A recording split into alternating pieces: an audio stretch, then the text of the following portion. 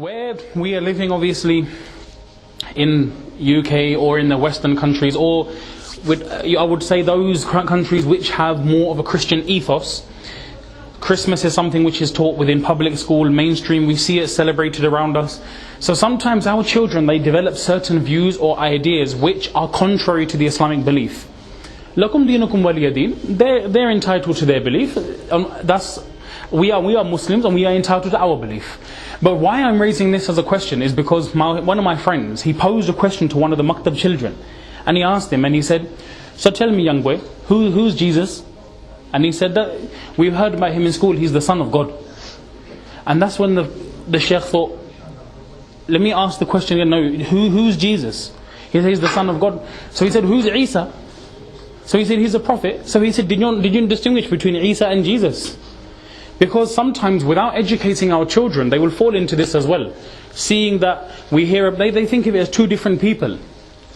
So many a time you'll find children will develop views which perhaps are not Islamic. We are not about to raise any voices and say, we demand justice and we demand this. And at the end of the day, we've chosen to live here. If they're educating this in the mainstream system, that's their right, that's their choice. As Muslims, we have the right to educate our children from an Islamic point of view. To say that Isa al-Islam is not the son of God, rather he was a prophet of Allah. Rather he was a prophet chosen by Allah subhanahu wa ta'ala to guide people. He was the son of Maryam. He was born of a virgin mother.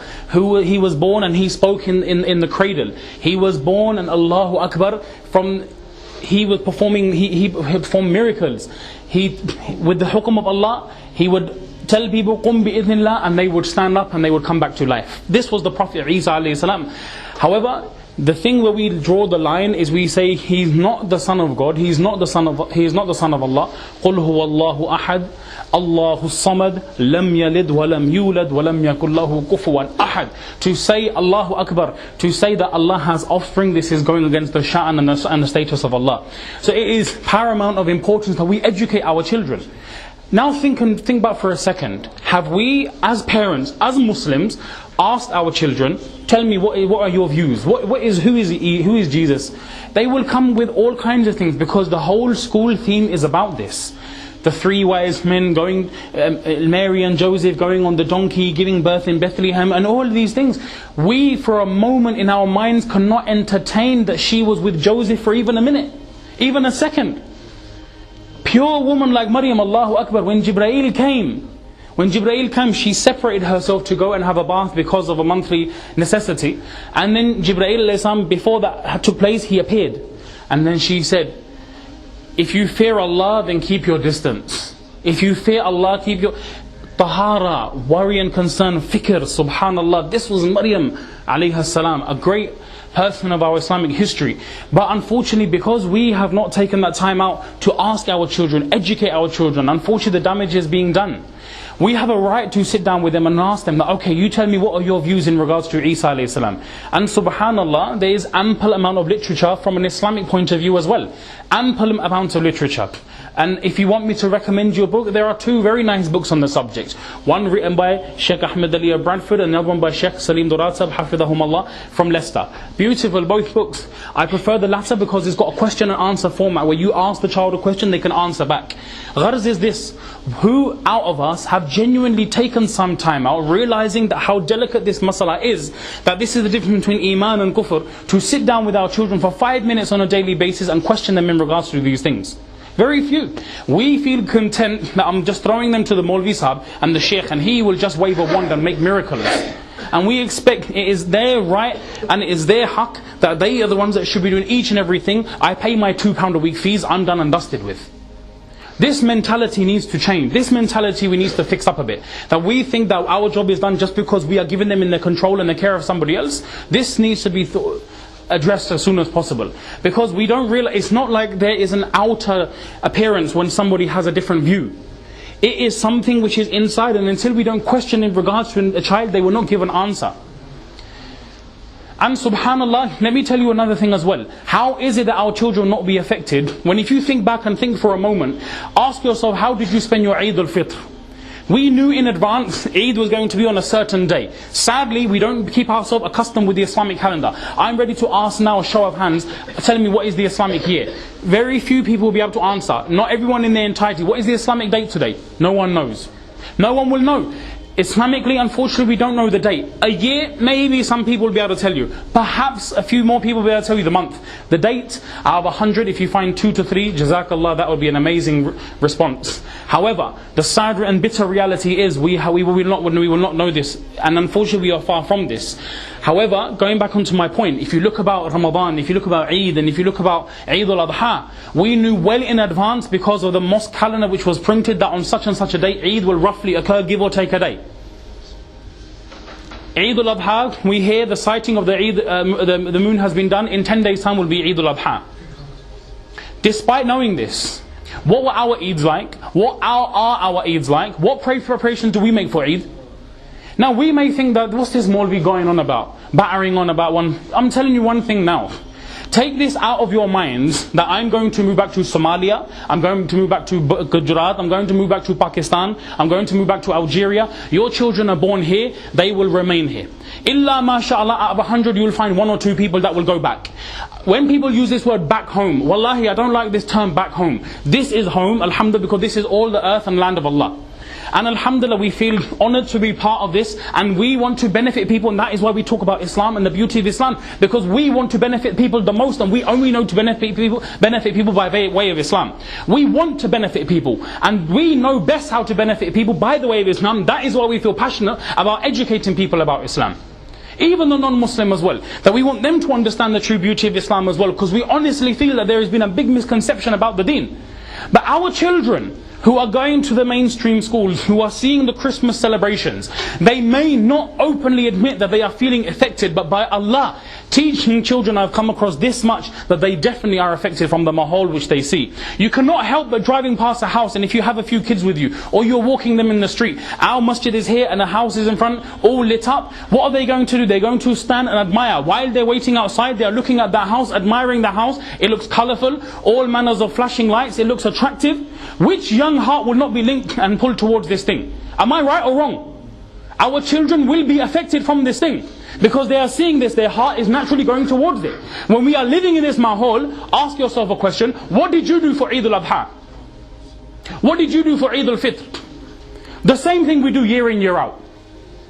We gather together, maybe cook some rice, some pulao, maybe cook a meat curry, a chicken curry, a few samosas, a few kebabs, some tandoori chicken, some chutney, some salad, some faluda, some ice cream, some gulab jamans. What? Then what? Sit down and we discuss about money, wealth. Who's doing what? Allah forbid, even ghibat starts in the gathering. This is our Eid. People gather around for one day and they say, kya karne ho ji? Kya galo ye ji? Okay, Banayoji, what's happening with your life? What are you doing yourself? We start talking, oh, did you hear this? Everyone have a good listen to what this ghibat I'm about to say. Is this the condition of our Eids? I questioned a number of my students. I said, right, tell me, what did you do for Eid? Nothing, sat at home. What did you do? Sat at home. Number 3, sat at home, visited family. MashaAllah, we understand the need of visiting. Don't we think for a moment, subhanAllah, do something for the sake of Allah? Islam hasn't stopped us and made it forbidden. Islam hasn't said don't do it. We just think, subhanallah, wallahu alam what we are thinking. But we have to think a bit differently for the sake of our children. If we take a little bit of time out, now okay, we are not saying to light up the whole house, but at least decorate the house. Let them know that something is going on. There's something of importance which is taking place. Let them go out. Start with, already tell them in 10 days time there will be Eid. In 9 days time there will be Eid. In 8 days time it will be Eid. Slowly, we are getting them worked up. We are getting them emotional. We are getting them anticipating the day of Eid. But what happens? Eid. Wake up in the morning. Okay, let me get my salwar kameez on. Go to the masjid. Do a 3 hug. Go home, eat some food, and go out with the boys in the evening to smoke some weed. Is this our days? Is this what we are doing? This is the reality. This is what's happening on the ground. This is what is happening. Because our boys and girls are not finding deen attractive. Who said Eid cannot be attractive? Who said Eid cannot be fun? We don't take time out realizing that our children are becoming affected. We don't sit down to ask them, how do you feel? No gifts, nothing. Ask each and every child, 10 children. They'll say the same thing. I got £10. I got £15. I got £20. I got a fiver. Money, just money? Ya Allah, how about the same thing? Now this is what happens. Your child goes to school and they ask them, what did you get for your Eid? What did you get for your Christmas? And they'll say, well, I got new clothes, I got new trainers, I got new socks, and I got £10. When they come back after the new year, someone's got a new iPod, someone's got a new iPad, someone's got a new pair of, a new bike, a new car, a remote controlled car, the latest PS4, the Grand Theft Auto 5, and they're saying, oh, well, it must be something to do with Islam then. Maybe Islam is boring because that's how it seems anyway. Allahu Akbar. Islam hasn't taught that. We need to just do a bit more of an effort. Why not wrap presents so they can see? Why not put it in a bag so you can say, that's your Eid present, you got 10 more days. I asked one boy, and I said to him, what did you get for Eid? He goes, I got £10. This is no lie. And why I share this with you, because this is a genuine concern. But for Allah's sake, think. Ask that child, okay, £10. And I asked him another question. I said, have you got a PS3? This was obviously going back 2 months ago, because this is when after Eid al-Fitr holidays, I asked this question. And he said to me, more than 2 months, sorry, about 3-4 months now. So I asked him, I said, have you got a PS3? And he said, no, my birthday is happening in 3 weeks. My mum says she'll buy it for my birthday. And then I thought to myself, Inna lillahi wa inna ilayhi raji'un. That thing which was not even Islamic, that thing which was nothing to do with the deen. But so we are just blindly following as well. Everyone else is doing it, so we have to do it as well. So if everyone's going to blindfold and jump themselves off a cliff, we'll do it as well. We'll use the excuse, everyone was doing it, so I was doing it. Does this work in the court of Allah? I was doing it because everyone else was doing it. Why not use that money and spend it on Eid? And say, for your Eid you will get an iPod, for your Eid you will get a PS3, for your Eid you will get this. To make it attractive. And that's why Allah gave us 2, not 1. Allah gave us more. But yet if you ask those children what they feel affected by, undoubtedly they will say, leave the 2, we get affected from this. They may not admit it to you, but I'm telling you, working with children, you see and hear this from their mouths. And then the parents feel a bit of an inferiority complex. So some parents will go to the extent of bringing a tree in the house, lighting up the tree. And I'm not talking about people who are far from deen. I'm talking about people who have an attachment to deen. Who we see, mashallah, as Haji Sahib superficial, and he's got his beard, and mashallah, he prays his salah. They're the people having not realizing this is paganism. It's got nothing to do with Christianity. This is not an attack on Christianity. This has got nothing to do with Christianity. This is paganism. Where did Christmas even come from? Time does not permit. I'll leave you to look into it your own selves.